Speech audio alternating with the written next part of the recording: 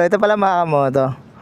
Papakita ko sa inyo yung bagong dating na magnetic mount natin is natutupi yung kanyang ano to? Ito yung pasukan sa chin mount. So papakita ko sa inyo. Ganito siya mga kamoto. Yan, ganyan. Tapos yung ganito niya, pag meron kang chin mount sa helmet or yung stand ng yung mga selfie stick, di ba? Yan, ito yung kinakabit. Tapos pag meron ka naman nung sa motor, yung iniikot, ito siya. Subukan natin to. Ito yung iniikot natin mga kamoto. So pag tinanggal to, yan. Okay, so yan siya. Tapos try natin ikabit itong bagong bili.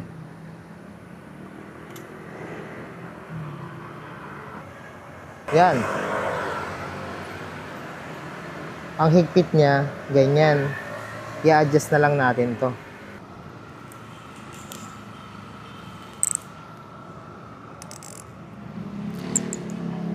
Teka lang, nagbablog ako eh. Ay ka muna sa vlog ko. Kabit na natin siya at na-adjust na rin natin, pero medyo maluwag pa yan. Kabit muna natin tong camera. Yan.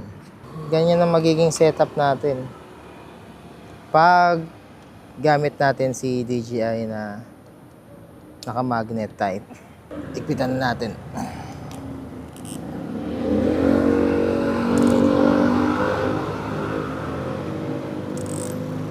Alright. So, tingin ko okay na yan. Yan, mukhang matibay naman siya. Testing natin. Pag babiyahin na tayo, pabalik na tayo pa, ano? Bahay. Suot lang akong helmet. Alright, let's go. Sakay ka na.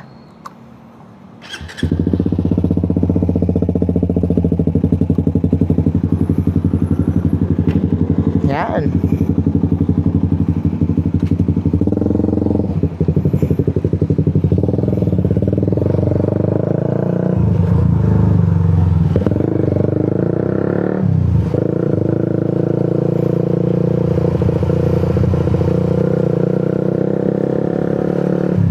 Tingin ko mga kamoto, mas okay yung bagong magnetic mount natin dito.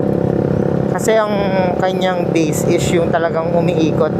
Kaso nga lang pag na low thread yun, syempre malug siya, di ba? Possible na lumuwag siya. Pero kung talagang mahigpit naman yung pagkakakabit nyo, eh okay lang naman siguro. Sa inyo lang mga kamata.